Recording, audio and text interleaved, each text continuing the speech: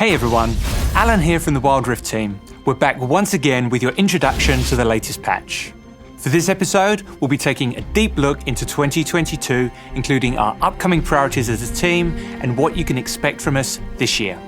Let's dive right into the state of the game. We believe we've made some good progress over the past few patches, with game balance and champion balance in a decent place, and stability and latency improving for many of you. That said, we hear you and know that there are still issues with game fairness, including AFK and intentional feeding. We also want to give you more visibility on when we penalise players based on your reports. These are really high priorities with the team, even if we don't have specific updates today. We're still working on releasing into South Asia as well as our console version of the game, but we won't have any updates on those in 2022. We appreciate your patience while we've been working through these, and we look forward to providing more news when we can. Today, we're going to spend a lot of time talking about gameplay. Looking at patch 3.1, we're taking a big step forward with our largest gameplay overhaul yet. Wild Rift is going elemental. Elemental Rift is an evolution of the current Wild Rift map, adapting the dragon and terrain mechanics from League PC, but with a few streamlined changes. This will look a little different from what you saw in January, because we're looking to achieve a few new things. In addition to team comps, runes, and item builds, we want to make games play out differently each time. Between objective team coordination and individual ability to impact a game, Elemental Rift will give us more tools to make sure that the game remains dynamic and fun. We're also looking to even out the gap between coordinated teams and solo players. We have a few ideas on how we can achieve this, and trying a variety of changes in the future will help us hit these goals in the most satisfying way possible. With a huge change like this, we want to be prepared to make adjustments, so we're thinking of Elemental Rift as part of a testing phase. In patch 3.2, you might see a version of it that looks very different from what you'll see today, because we're still exploring different options and deciding what will work best. Wherever we land, we'll be keeping a close eye on the effects of these changes, and we're looking forward to hearing your feedback. In this first version of Elemental Rift, slaying each dragon offers a unique buff, but taking enough dragons also grants the Dragon's Soul, a powerful buff that matches one of the dragon's elements. We're still working on how many kills it should take, but in this test run, Dragon's Soul will trigger after the third dragon, so you'll be able to obtain 3 buffs along with your soul. Infernal Dragon now grants bonus attack damage and ability power, and the Infernal Soul creates explosions around your abilities and attacks, dealing bonus adaptive damage in a circle around your target. Mountain Dragon increases your armor and magic resist, and the Mountain Soul grants a shield after not taking damage for a short while. Ocean Dragon restores health over time, and Ocean Soul restores more health when dealing damage to enemies. The first 2 dragons are random, then after that, all dragons will match the element of the rift.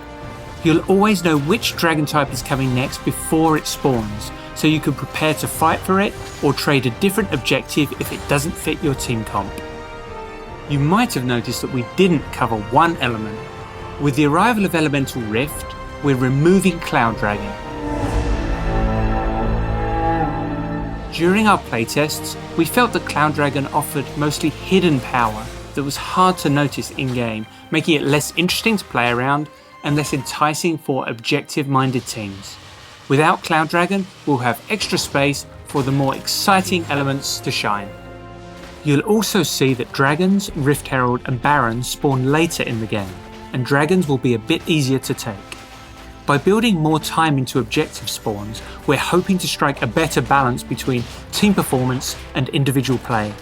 Players will have more options to choose how they want to play the early game, rather than needing to rush the objective right away. We've also totally revamped Elder Dragon, making it much closer to its League PC kin. After the Dragon Soul has been taken by a team, Elder Dragons will be up for grabs, offering a game-ending true damage burn effect and executing enemies when they drop to low health. If your team picks up Elder, it's time to fight. After the second dragon is slain in each game, the map terrain changes significantly, offering new gameplay opportunities that match the third dragon's element. The Infernal Rift burns away brush and opens new pathways to red and blue buff. This can offer an advantage to the winning team for deep warding and aggressive invades, but also means the path back to your base is much shorter. The Mountain Rift forges new terrain in the jungle, as well as a defensive wall in the front of the Dragon Pit. This rift offers new flanking routes and ways to force your opponents into a bottleneck for an AoE explosion. The Ocean Rift spawns more brush across the map with bumper crops of honeyfruit.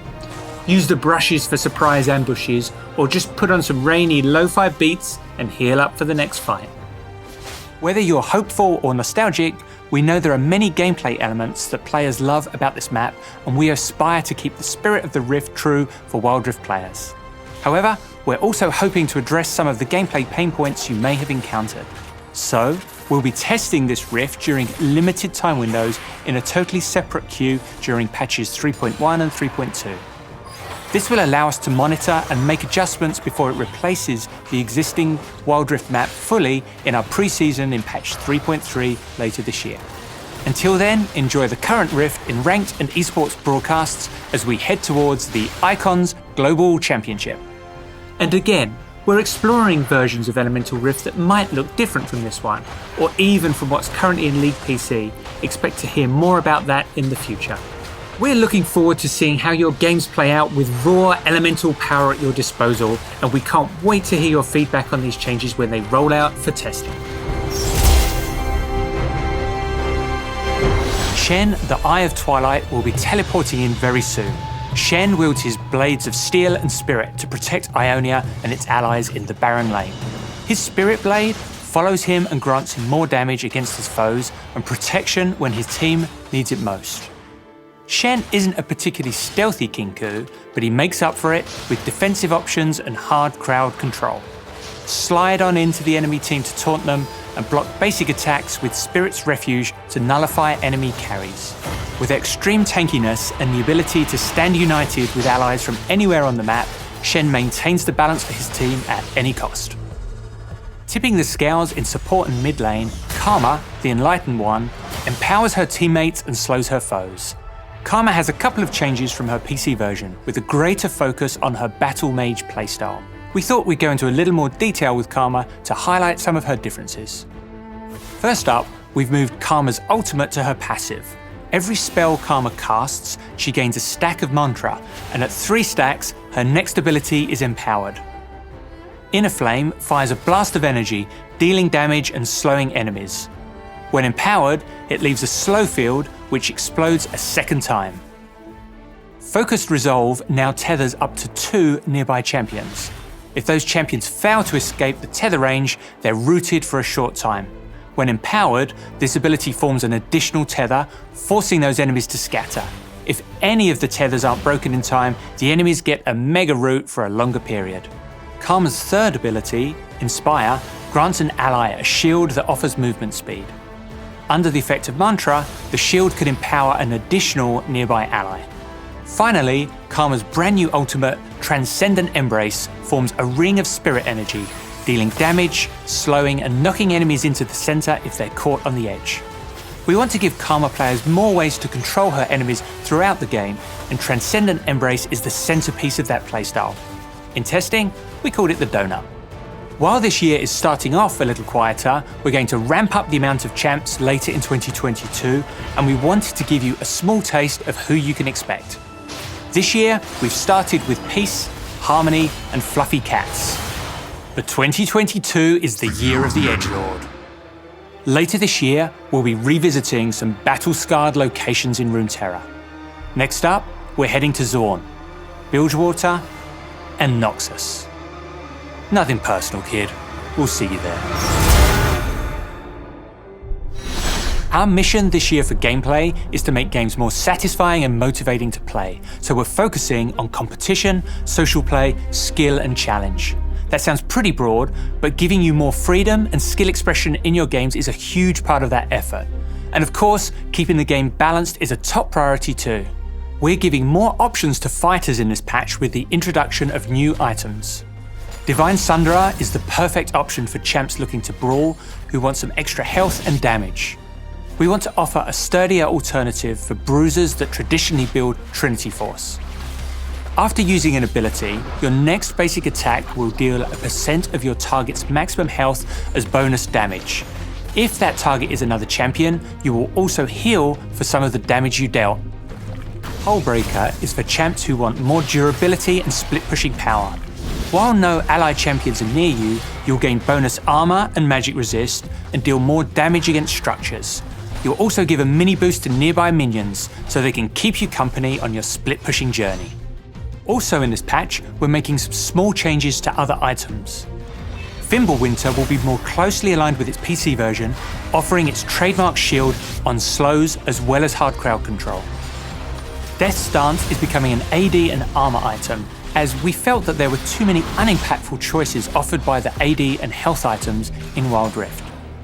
Fulfilling its original intended purpose, we're reworking Solari Charge Blaze passive to make it more appealing to monks. Hextech Mega Drive is getting a significant buff for champions that can pull off several stuns at once, like Morgana or Alistar.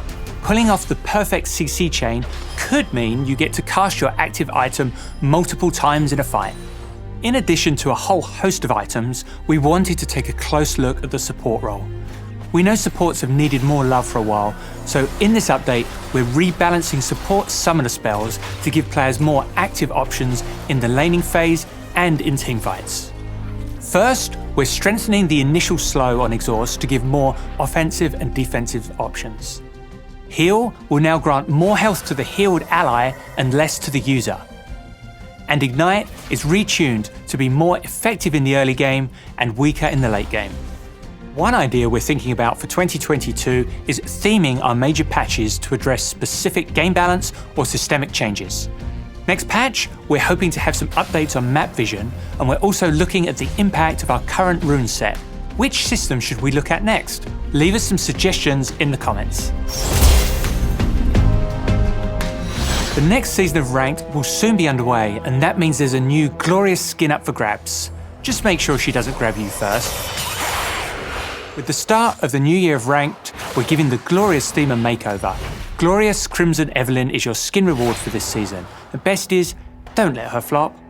Starting with Evelyn, you can also grab what we're calling a weapon augment for glorious skins in the Ranked store to serve even harder.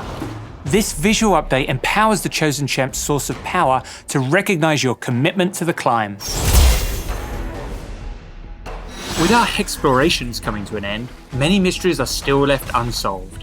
Thankfully, we've hired some private expertise, as psychic detective Senna is on the case and making her debut in this wild past, just in time to help us get to the bottom of this mind-bending world. In Champ Select, if you're in the jungle, you'll now automatically be assigned Smite. This way, you won't face Final Boss Level 1 red buff if you accidentally switched away. We're introducing the News tab. Patch notes, game news, community events, esports and videos are now easily accessible through the app.